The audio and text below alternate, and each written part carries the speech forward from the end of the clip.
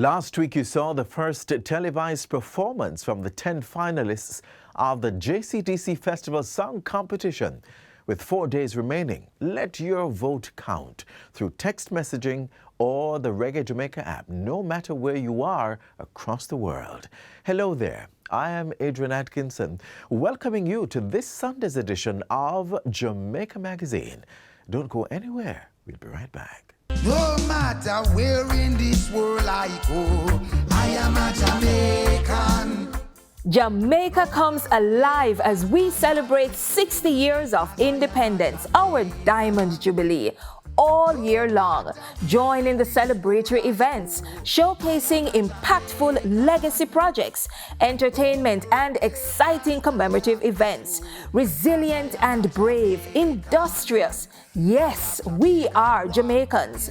Jamaica 60, reigniting a nation for greatness. Them here Jamaican chat, them say Jamaican bop. On Get the Facts this week, we talk tilapia production and consumption.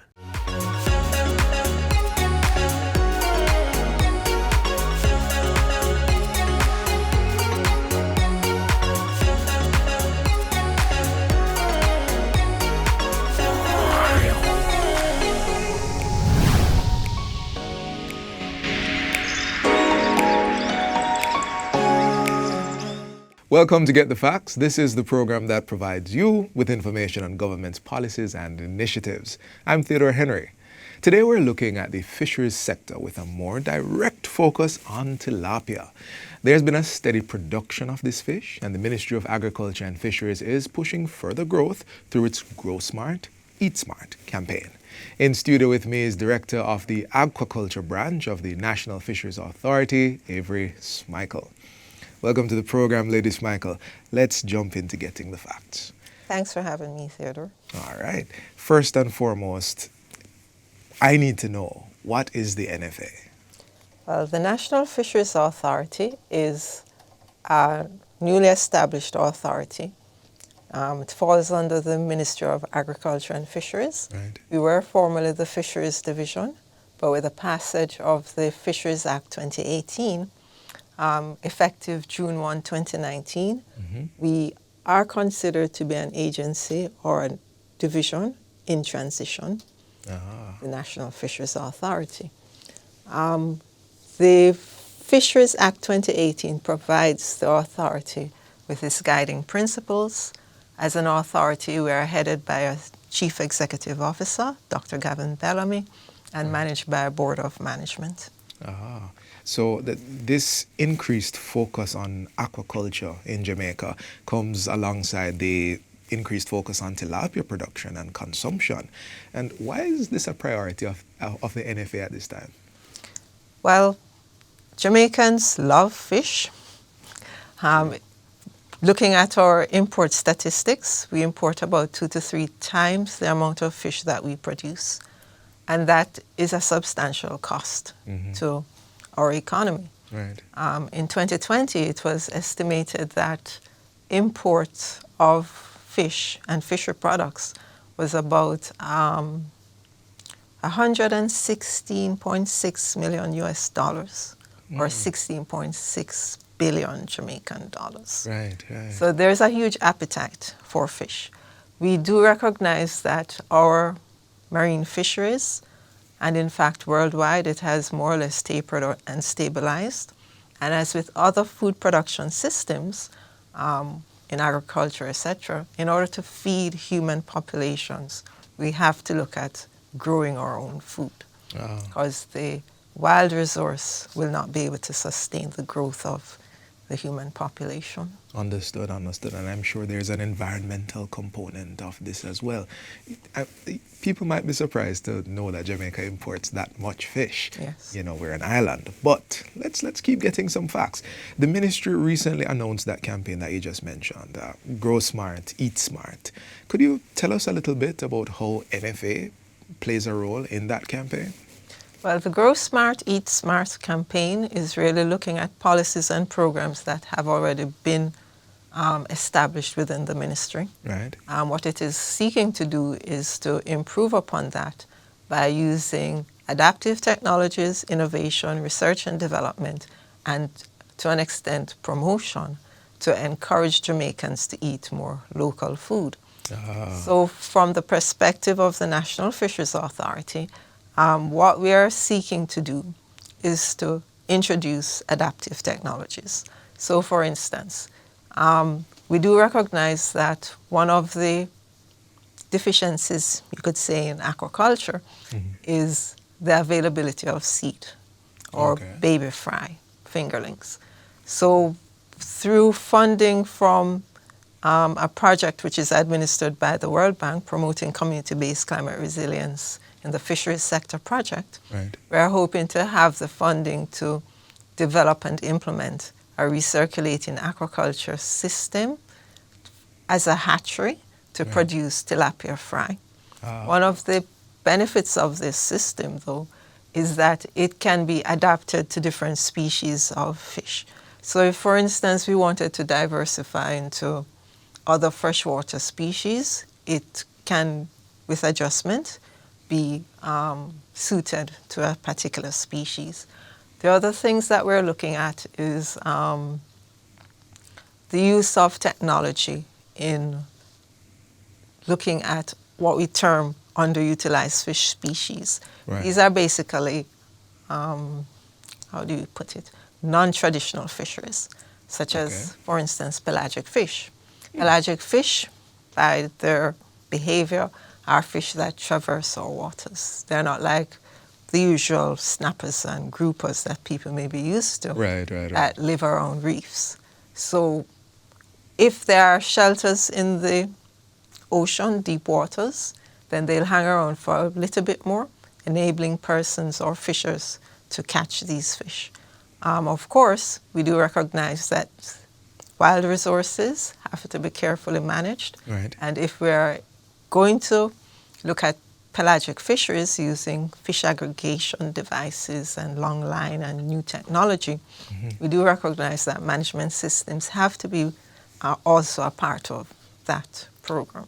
All right, that was a lot. And one of the things that jumped out at me goes back to your initial statement that sustainability is a big deal as a part of this. Yes. Right, so I think I'm getting a bit more of a clear picture of how the NFA really works in this regard.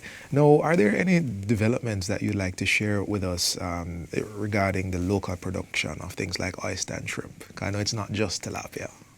Well, as I had said earlier, the National Fisheries Authority is actually looking at diversification. We're looking at the exploration of underutilized fish species. We're looking at building around that the management system to support those. So at present, again, as I had indicated through the project, and also through NFA's internal systems, we do recognize the need to look at other types of aquaculture products, for instance. We are investigating improving production practices surrounding oysters. We are investigating the whole business of growing Irish moss. Irish moss in the Eastern Caribbean has had a fairly good history. And with the COVID-19 pandemic, several persons have expressed an interest in Irish moss, mainly for its reputed therapeutic values. Yes, of course. These are indigenous species or indigenous products that we as an authority see it necessary to develop for the benefit of our economy and our people. Understood, understood. We're going to come back to getting some more facts on the NFA and what we're doing, especially with tilapia in Jamaica.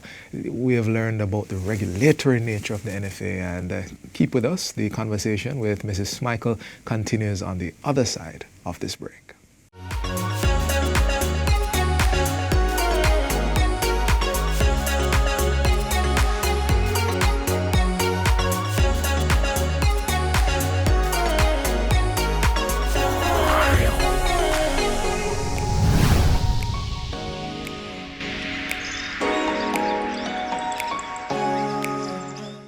What a way you're full of our roots and culture. That was in Jamaica 60. Jamaica 60? What a piece of news, Miss Matty. I feel like my heart going bust up. Just in, the island of Jamaica is on the verge of celebrating its 60th year of independence. A whole way of celebrating it. They say the people them come here, you know. But you see, when our people decide, say the other people them free paper, burn up, them say if it's war, start it, whatever. We all collect medal pants of it, you know. Medal. Amount of tongue we give them, you know. The celebrations are slated to begin on January 1st, 2022. Organized by the Ministry of Culture, Gender, Entertainment and Sport. We have more in this report. I am on site and planning activities are ablaze. Persons are advised to download the Reggae Jamaica app to know what it pre. Activities for the Jamaica 60 celebration. I forgot to download the app to get the updates then.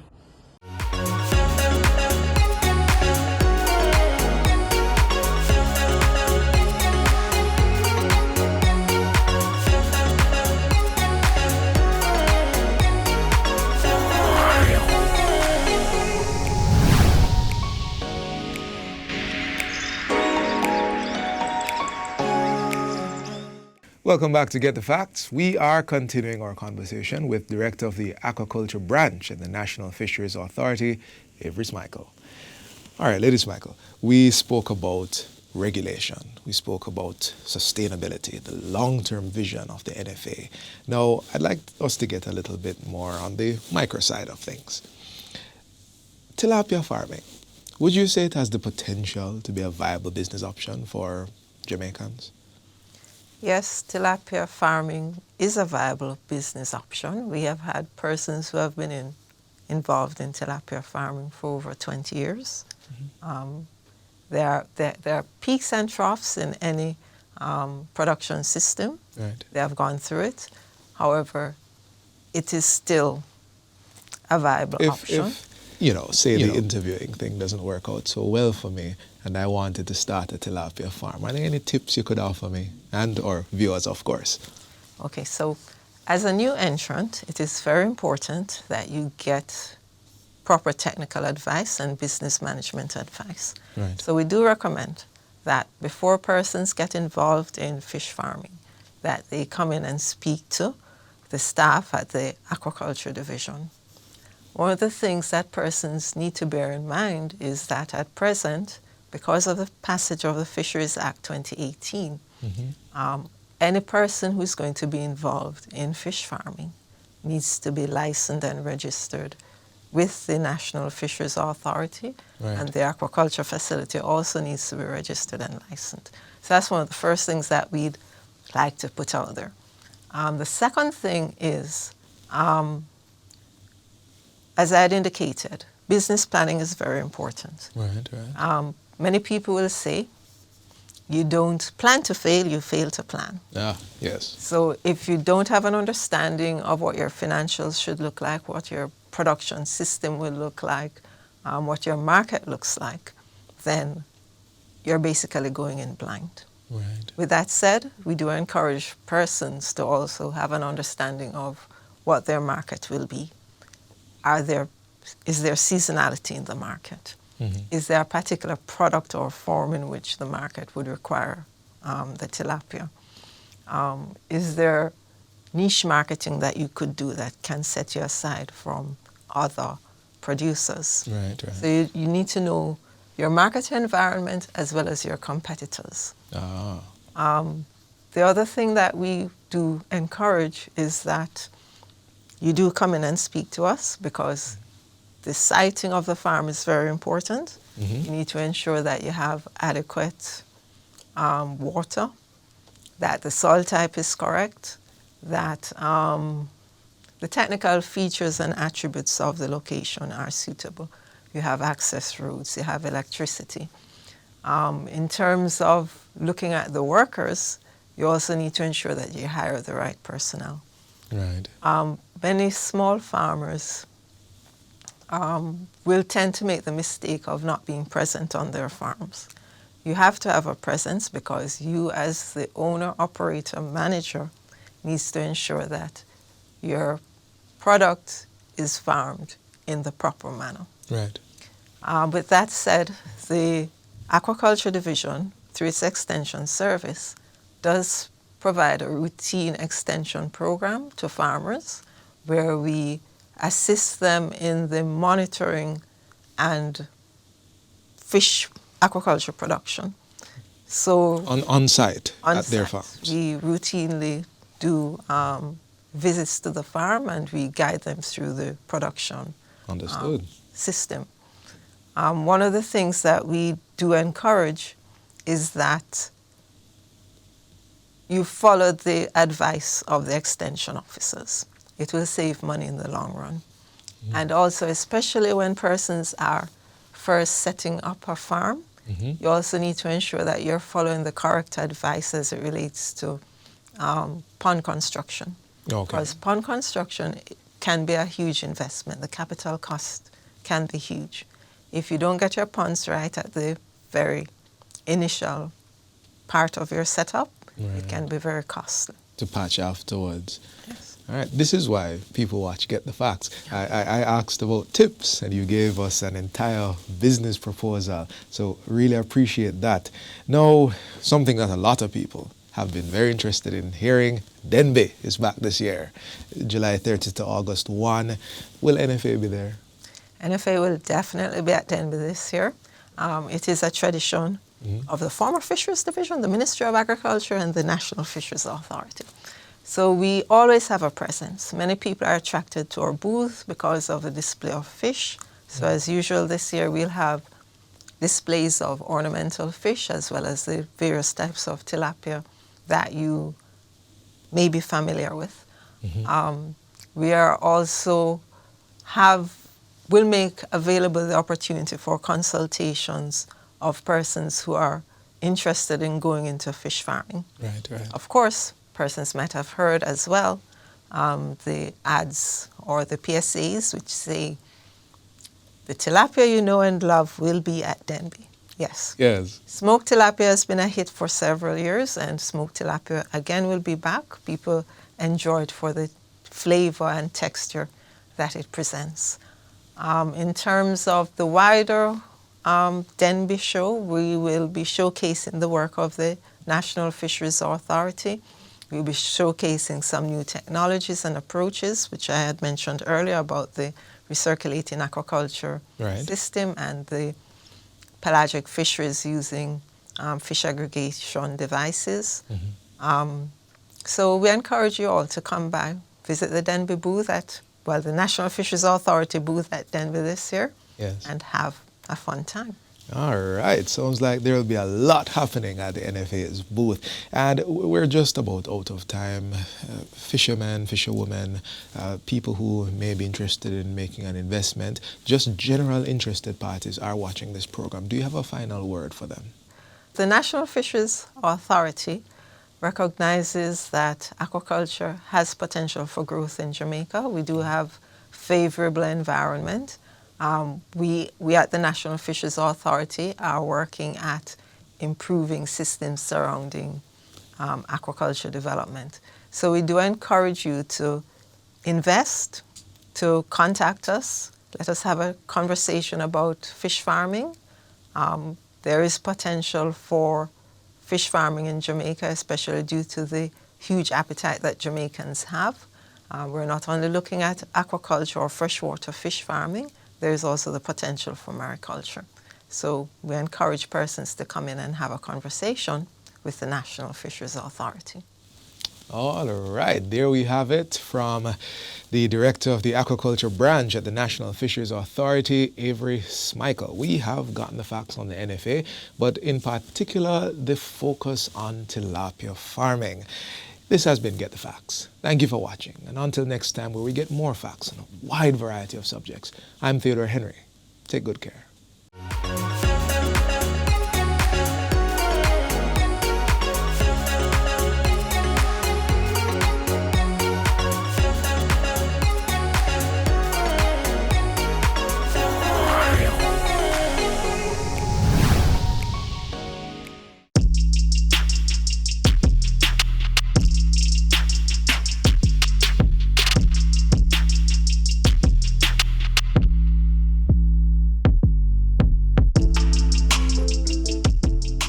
travelpad application was created by the Transport Authority for the protection of the commuting public. Please download the travelpad application on the Google Play Store or the Apple iOS Store. Once you download the application, put in your phone number, register the application under your phone number, and then you'll be able to verify the license plate that you're going in. Once you verify the license plate and the information of the vehicle, you will then be able to share that trip of the vehicle that you're in. And if there is difficulty on the trip, you will be able to push a panic button and share your location with others as well. Download the application, give us our feedback at customerservice@ta.org.jm. Don't forget, it's free to download, free to use.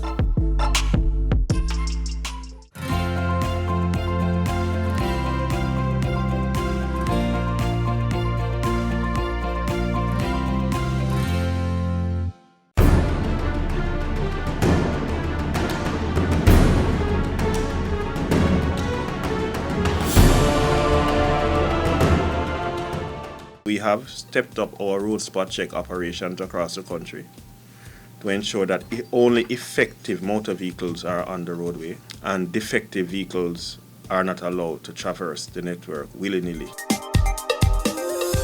I'd like to use this opportunity to appeal to all motorists. I have noticed some trends out there where there is different type of license plates on motor vehicles. Only the Jamaican issued driver's license plates are to be on the motor vehicles. I'm appealing to motorists out there. I'm appealing to them. We have removed many plates because of fandangles that are on the motor vehicle. Colorful lights, red light, purple light, blue light. I love purple and white, but the purple is not no purple light must on the vehicle. Blue light, yellow light, orange light, and these multicolored lights. Get them off. Your headlight must be white. That's the law. You don't want us to take them off during the road spot check operation because it will mean that you could be issued an E1 certificate, a certificate of defects, and you'll have to take funds out of your pocket to get back your plates. The tinting of your windscreen, cut it out because it affects visibility and it has a potential risk factor for traffic crashes. Public passenger vehicles, according to the Transport Authority Act, not supposed to have tints. Driving on the roadway is a very serious matter, and I would like to appeal to persons whom we have issued driver's license to. Remember that we don't want you to violate, because if you violate, you will get certain prizes that you don't want. So you'll get a prize if you accumulate a certain amount of points. You get a prize, your driver's license suspended for 6 months. If you don't listen, you don't hear, you could open up yourself for another prize. And that prize would be a license could be suspended for a year. If you don't like that prize, you could work harder again and get a bigger prize. And that prize, your license could be suspended for 2 years. We would like to appeal to persons who transport. Once you transport any passenger in a motor vehicle, ensure that they are buckled, whether they are on the front or they are on the back. The seatbelt gives people a fighting chance to survive the crash. Many people have died who never give themselves a fighting chance. Looking at the data, we recognize certain points of interest that we, the road safety, would be looking at in seeing how we can actively engage our citizens and how we can reduce the number of injuries and fatalities that are occurring on our roads. So one of them is actually speeding. Now, most motorists and bikers who currently represent 35% and 18% of road fatalities, we're appealing to them to reduce and think about themselves and others who are using the roadway. Another road user group that we are actually targeting is pedestrians, and they represent 20% of our fatalities. And we want to appeal to them to be vigilant, to really utilize the road carefully, be alert, don't cross from corners, walk facing the traffic so you can see what we're doing, wear light color clothing at nights and reflective clothing at nights so you can be seen. Obedience is always better than sacrifice. That's the word from Elohim.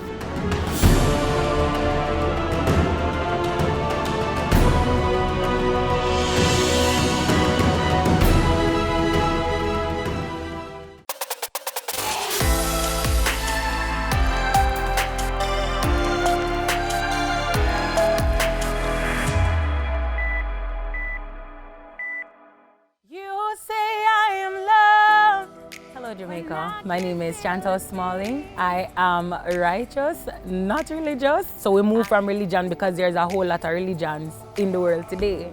So not just the point that I am a Christian, but my righteousness comes from God. I've been singing since a very tender age. However, I recognized the talent around 15 years. I started taking it serious. My friend of mine reached out and was like, Chantal, why don't you enter? And I'm like, nah. Little did I know that I was being asked for a video, not knowing it would have been entered into Jamaica Gospel Star. You said I am strong when I think I'm weak. Chantal is passionate about singing, and she has this God-given talent that I think needs to be on earth. I bring versatility, I bring class. My drive is purpose, and my purpose is to let Jamaica know that, listen, I'm here for a reason, and that reason is not just to minister to song, but to change lives. Chantal is strong and determined. Anything she puts her mind to, she will accomplish it. Too much excess love. There is support, there is family, and there is support from work as well. It's a competition. We all are going to have a little fear, but I know I have what it takes to be the next gospel star. Who are we voting for? Chantal Smalling! Yay! Concerned about uncollected garbage at home? Do you see garbage piling up on the streets? Then report it. Use the National Solid Waste Management Authority's mobile app to report instances of littering, illegal dumping, and uncollected garbage. From anywhere and at any time, be an environment warden by informing the authority of unsightly solid waste. You will be notified when your report has been received by the NSWMA, as well as when the matter is resolved. Download the app from the iOS or Android app stores by typing in NSWMA. Play your part, as Jamaica's beauty is everybody's duty.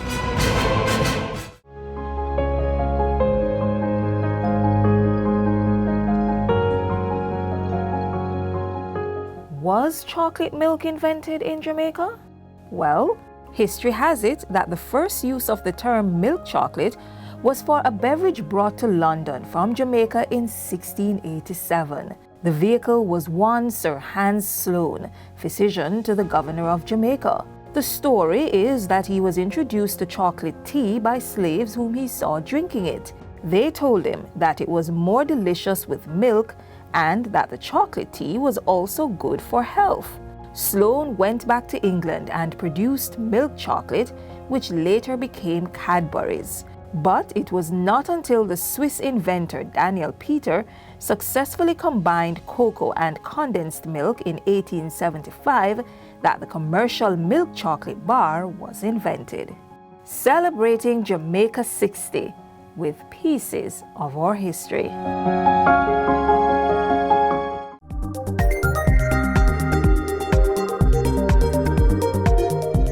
That's all the time we have left here on today's show. Do join us again tomorrow when we bring you another exciting installment of Jamaica Magazine on this station. To re-watch today's offering or other content like this, visit our website, jis.gov.jm. From all of us here at the GIS, have yourselves a wonderful Sunday. I'm Adrian Atkinson. See you next time. This has been a production of the Jamaica Information Service, the voice of Jamaica.